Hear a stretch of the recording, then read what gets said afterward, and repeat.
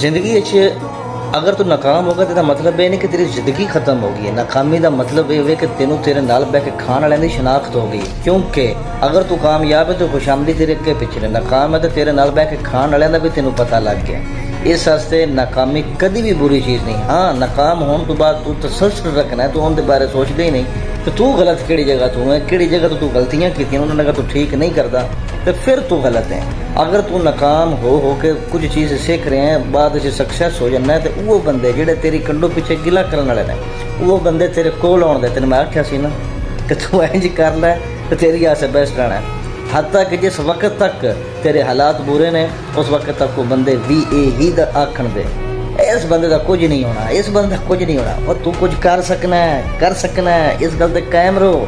क्योंकि इंसान उस वक्त ही हारदा है जिस वक्त वो खुद हार तस्लीम कर ले, ते हार खुद तस्लीम करना सीखिया ही नहीं।